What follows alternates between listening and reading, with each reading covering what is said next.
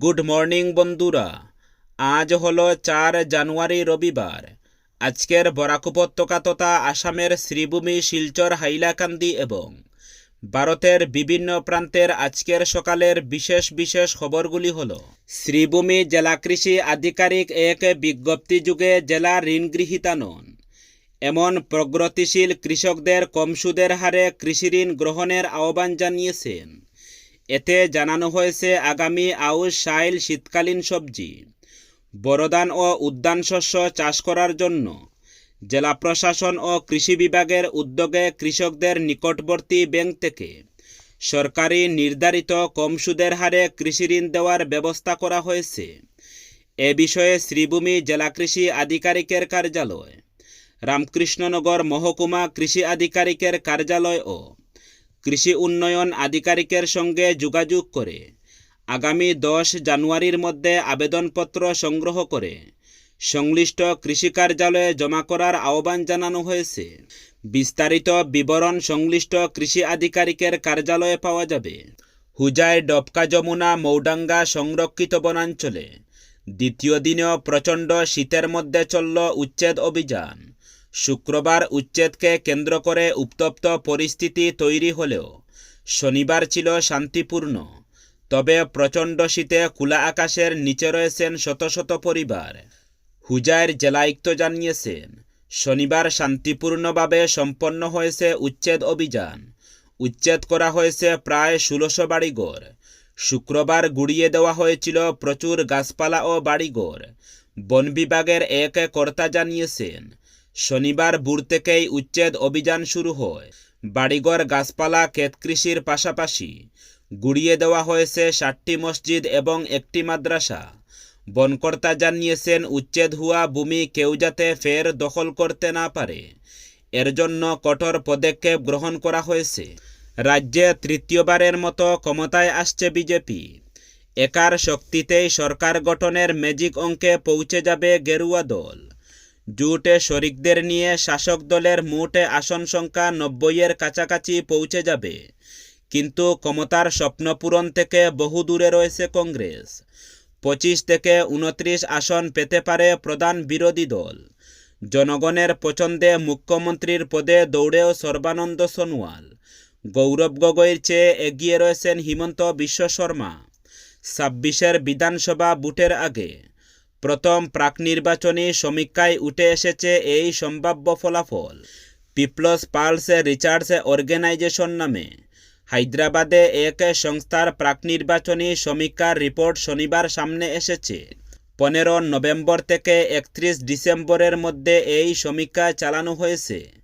রাজ্যের 35 জেলার প্রায় 5000 লোকের মুখোমুখি সাক্ষাৎকার নিয়ে সম্ভাব্য ফলাফল প্রকাশ করেছে সংস্থা।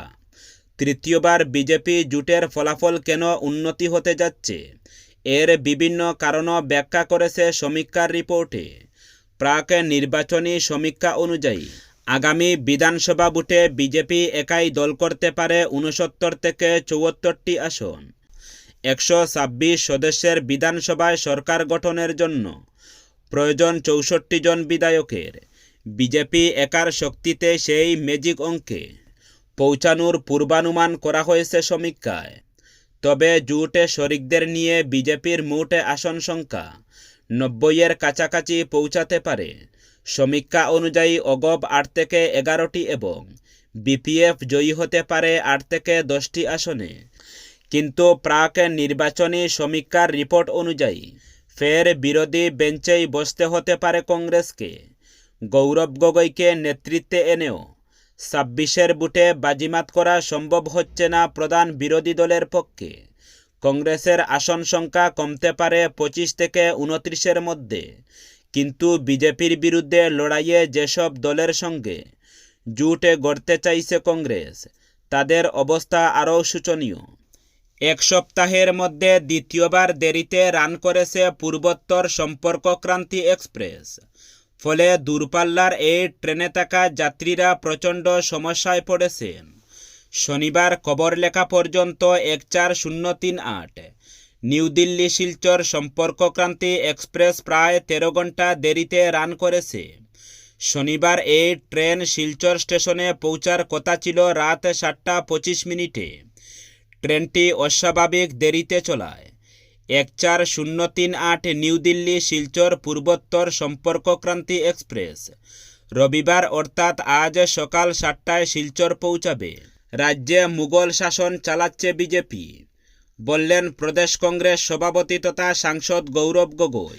রাজ্যের মুখ্যমন্ত্রীর বাসগৃহ থেকেই নিয়ন্ত্রণ হচ্ছে রাজ্যে চলা সব সিন্ডিকেট। রাজ্যে চলা কাঠ, কয়লা, আলু, পেঁয়াজ, ডিম ইত্যাদি নিয়ন্ত্রণ করার জন্য মুখ্যমন্ত্রী তার মন্ত্রিসভার মন্ত্রী বিধায়ক নিয়োগ করে রেখেছেন।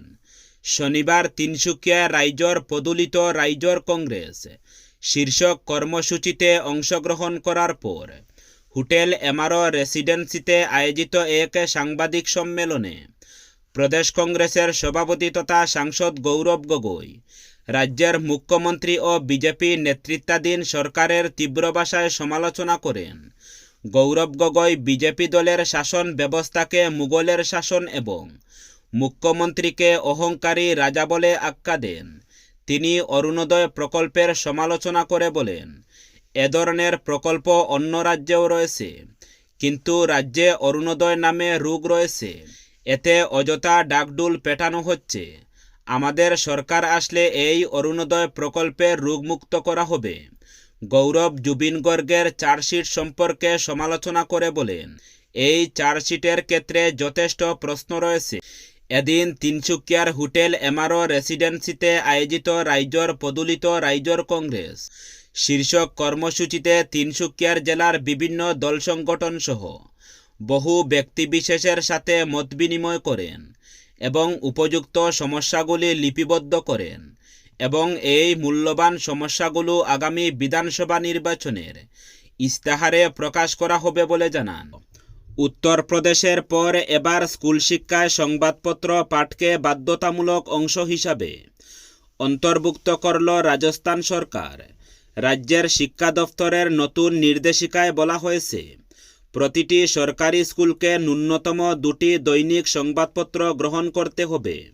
সেই পত্রিকা ছাত্রছাত্রীদের পড়ার সুযোগ দিতে হবে এবং শিক্ষকরাও শ্রেণীকক্ষে তা পড়ে শোনাবেন। গত 31 ডিসেম্বর প্রকাশিত নির্দেশিকায় জানানো হয়েছে, প্রতিদিন সকালে স্কুল শুরু হওয়ার পর সকালের প্রার্থনা সভায় অন্তত 10 মিনিট শিক্ষক ও ছাত্রছাত্রীদের সংবাদপত্র পড়ার জন্য নির্দিষ্ট রাখতে হবে। মাধ্যমিক ও উচ্চ মাধ্যমিক স্তরের স্কুলগুলিতে হিন্দি ও ইংরেজি এই দুই ভাষায় দৈনিক সংবাদপত্র বাধ্যতামূলক করা হয়েছে। উচ্চ প্রাথমিক স্কুলগুলিতে রাখতে হবে অন্তত 2টি হিন্দি দৈনিক। ইংরেজি মাধ্যম স্কুলগুলিও এই নিয়মের আওতায় পড়বে। সংবাদপত্র কেনার আর্থিক দায়িত্ব বহন করবে জয়পুরের রাজস্থান স্কুল শিক্ষা সংসদ। এই উদ্যোগের মাধ্যমে শিক্ষার্থীদের পাঠাভ্যাস গড়ে তোলা, শব্দভাণ্ডার বৃদ্ধি এবং সামাজিক ঘটনা সম্পর্কে সচেতন করে তোলার লক্ষ্য নিয়েছে রাজ্য সরকার। পাশাপাশি সমাজ ও পরিবেশ সম্পর্কে ধারণা বাড়িয়ে ভবিষ্যতের প্রতিযোগিতামূলক পরীক্ষার জন্য তাদের মানসিকভাবে প্রস্তুত করারও এই পদক্ষেপের অন্যতম উদ্দেশ্য। ভোট চুরি নিয়ে বিরোধীদের তীব্র অভিযোগের মধ্যেই এবার ভোটার খসড়া তালিকায় ধরা পড়ল ভয়ঙ্কর তথ্য। খুদ গুয়াহাটি মহানগরীতেই ভোটার তালিকায় নাম উঠল অপরিচিত ব্যক্তির। একই গৃহ নম্বরে গৃহকর্তাসহ পরিবারের সদস্যদের সঙ্গে বেশ কয়েকজন অপরিচিত ব্যক্তির নাম সন্নিবিষ্ট হয়েছে, আর এতেই রীতিমতো চাঞ্চল্যের সৃষ্টি হয়েছে। জানা গেছে, গুয়াহাটির দিগলিপুকুর পাহাড়ে তৈবুল্লা পথে 44 এবং 45 গৃহ নম্বরে ঢুকেছে বেশ কিছু অপরিচিত ব্যক্তির নাম। বিরোধী দলগুলো যেভাবে একই গৃহ নম্বরে অপরিচিত ব্যক্তিদের নাম সন্নিবিষ্ট করে ভোট চুরির অভিযোগ এনেছিল, ঠিক একই ধাঁচে অপরিচিত ব্যক্তিদের নাম উঠল ভোটার তালিকায়। যদিও এখনও চূড়ান্ত তালিকা প্রকাশিত হয়নি, কিন্তু খসড়ায় নাম উঠতেই দেখা দিয়েছে চাঞ্চল্য। একাংশের প্রশ্ন, তবে কি বিরোধীদের মতই হচ্ছে রাজ্যে ভোট চুরি?